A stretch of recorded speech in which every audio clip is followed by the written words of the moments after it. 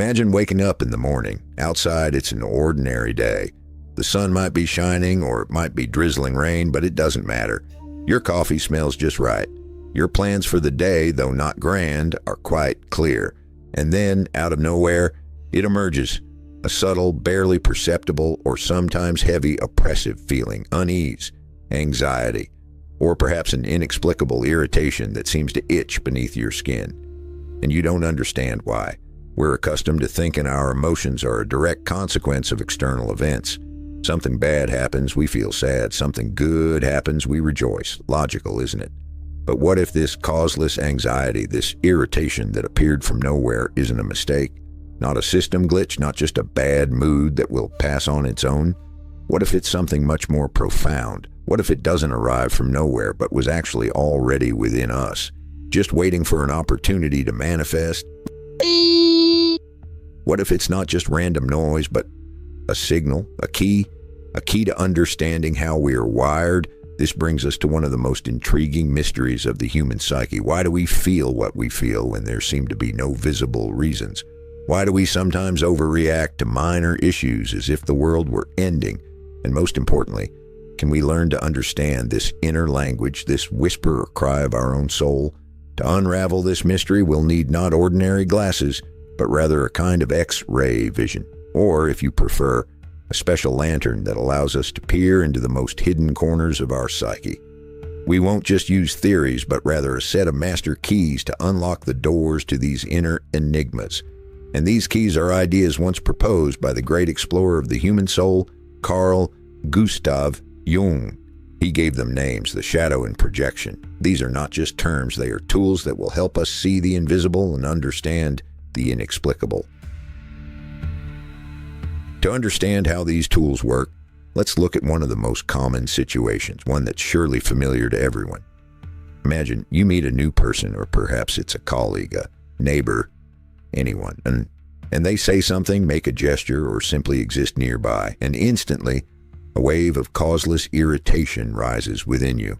Hatred, perhaps that's too strong a word, but this feeling of discomfort, a slight unease, a desire to distance yourself, it's there, and it's completely disproportionate to what that person actually did. We often try to explain it rationally. That's just how they are. We have different personalities. Not my type. And these explanations, of course, have their place, but do they answer the fundamental question, why? Why does precisely that behavior, that gesture, that intonation provoke such a strong, irrational reaction in you, while another person wouldn't even notice it?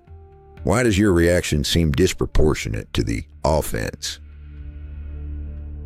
Standard explanations leave a sense of something left unsaid, as if we're looking at the surface of the water but not seeing the current beneath it.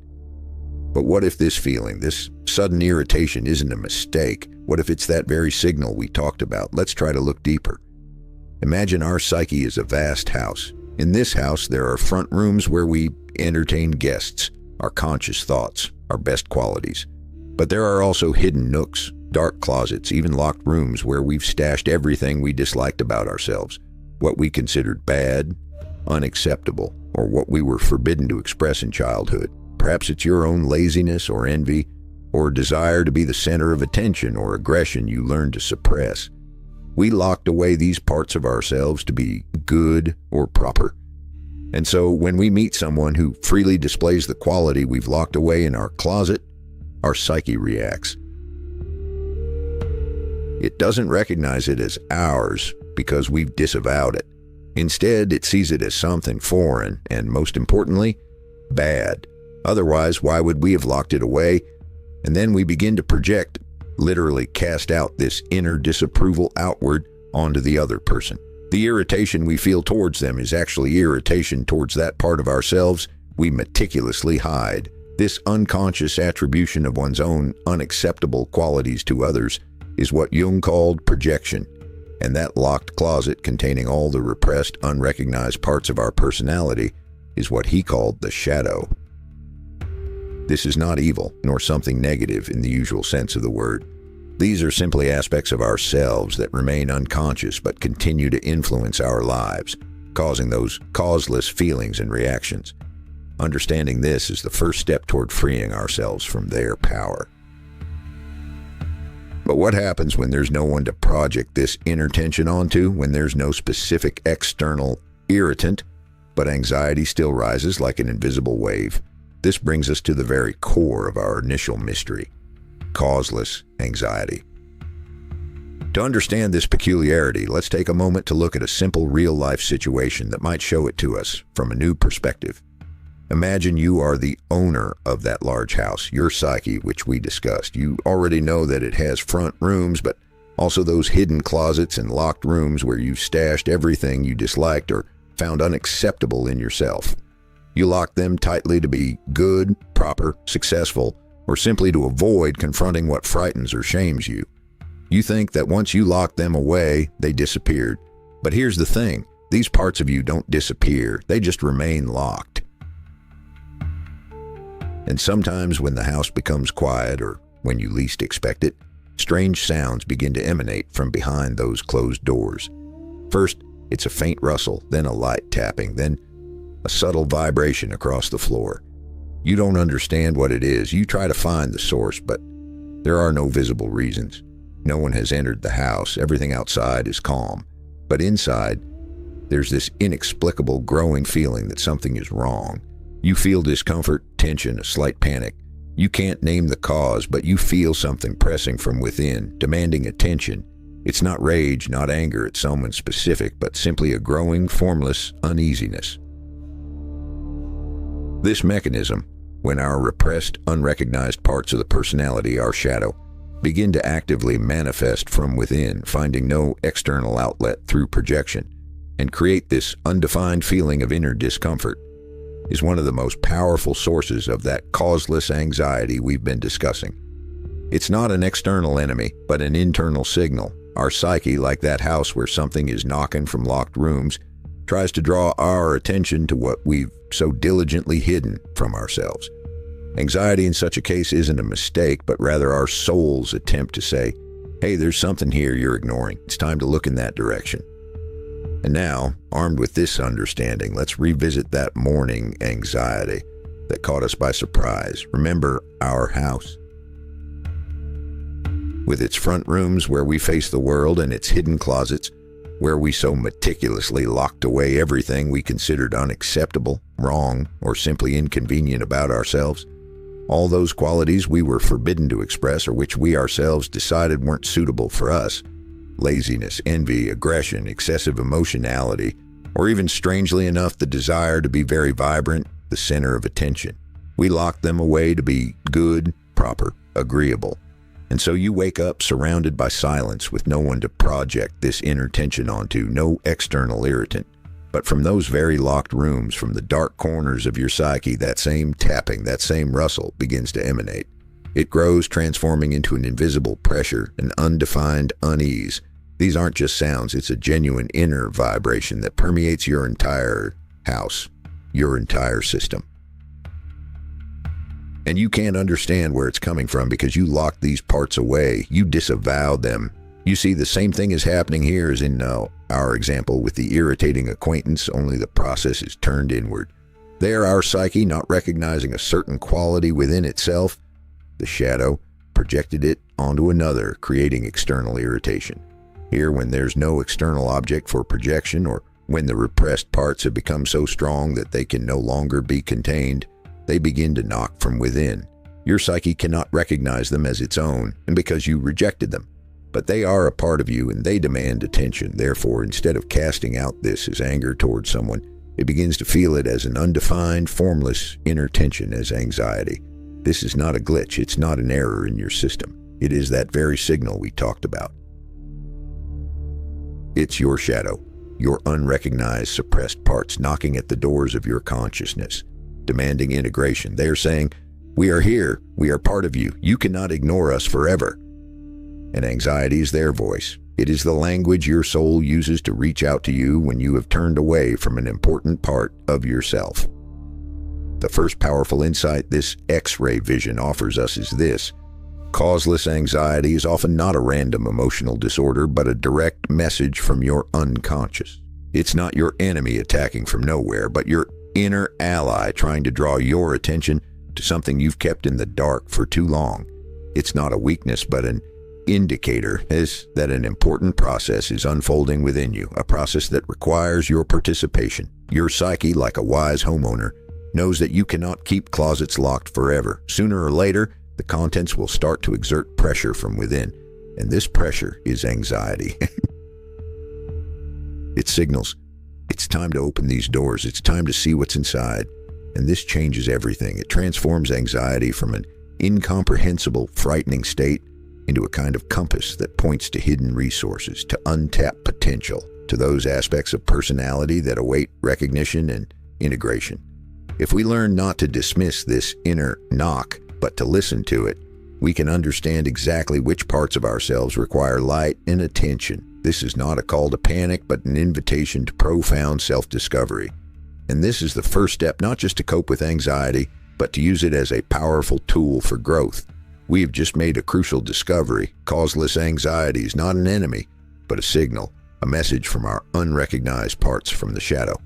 But if that's the case, if it's an invitation to self-discovery, then why don't we open these doors?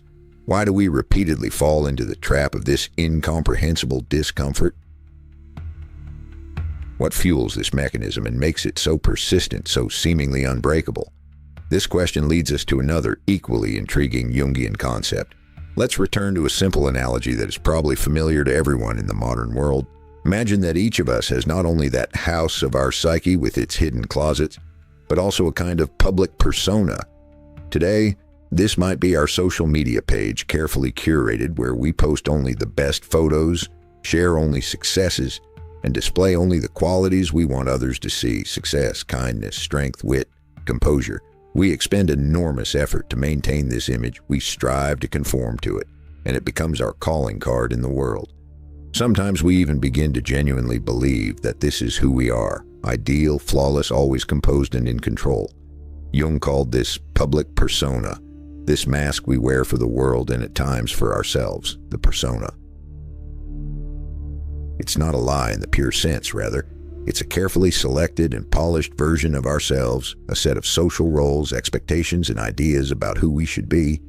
The persona helps us function in society, be accepted, achieve goals, and feel secure. It is our facade, our presentation, our perfectly ironed suit.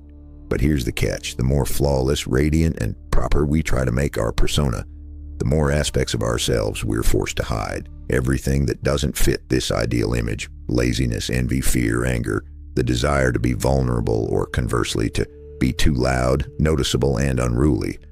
All of this is meticulously repressed. Where?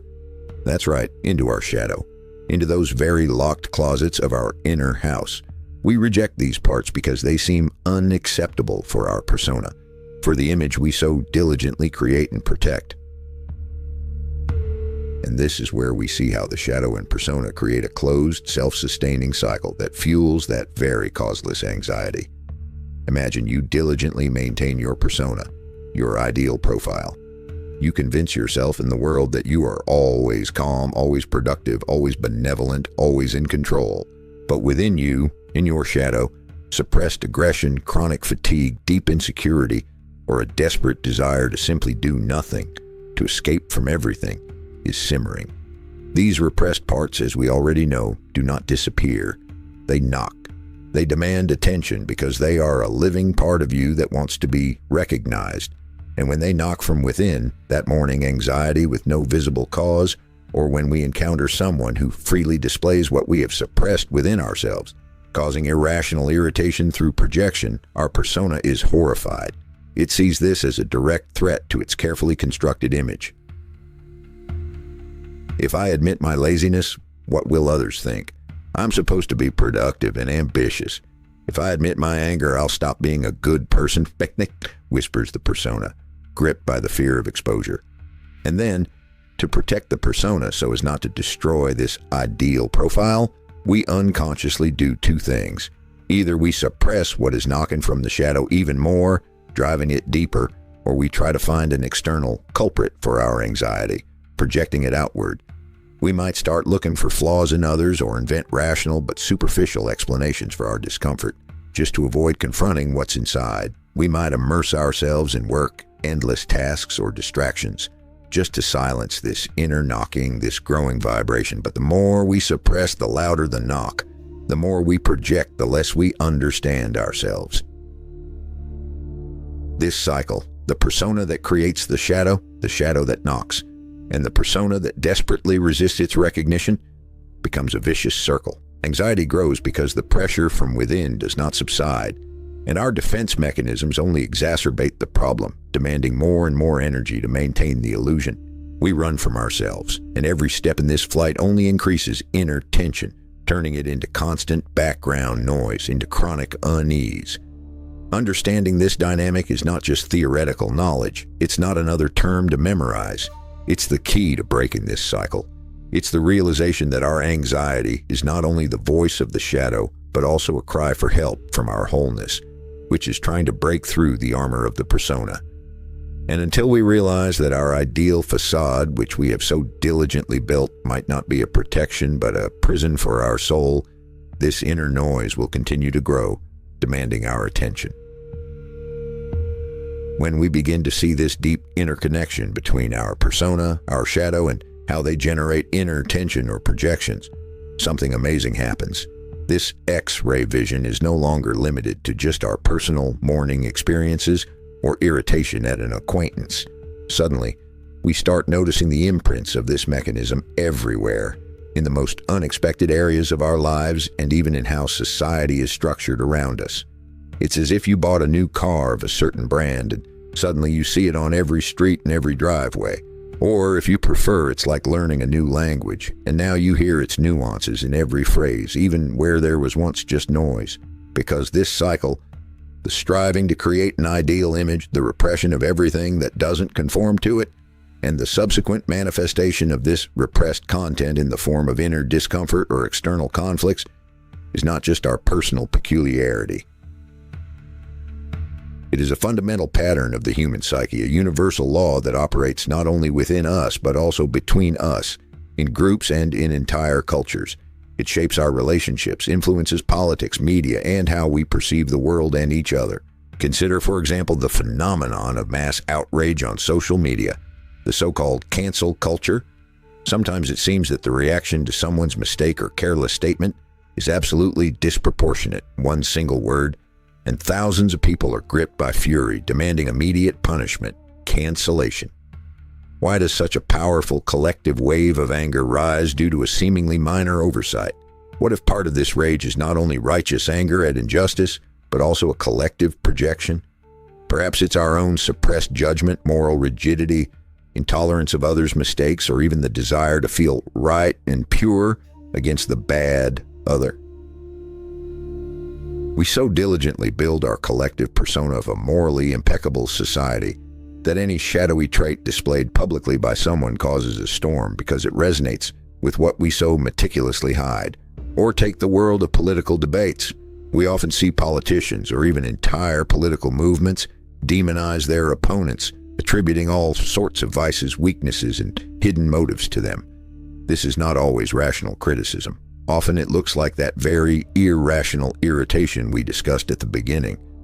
What if what we so vehemently condemn in them are actually qualities we don't want to see in ourselves or in our group?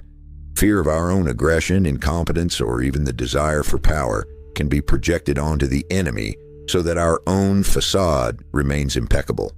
We build an ideal persona for our party, our ideology, and everything that doesn't fit is repressed into the shadow and then projected onto the opponent. Or even in more mundane yet global manifestations, recall how our society sometimes reacts to something new, to changes, to trends that disrupt established norms. Often, this is accompanied not just by disagreement, but by a deep, irrational fear and rejection that seems excessive. What if this is not merely a rejection of the new, but a resistance from the part of ourselves that fears change, that clings to the old, that suppresses a rebellious spirit or a desire for freedom? We have created the persona of a stable, predictable world, and when the shadow of change knocks, we project our anxiety onto the change itself. These examples are just the tip of the iceberg. They show that the mechanisms of the shadow and projection are not limited to a single individual. They permeate our collective consciousness, shaping our beliefs, our prejudices, and our conflicts. Understanding this dynamic gives us not just a tool for dealing with personal anxiety, but also a powerful lens through which to view the world differently. It allows us not just to see the symptoms, mass anger, political polarization, causeless unease, but to begin recognizing their true roots. It transforms us from passive observers into those capable of discerning the hidden currents influencing everything around us.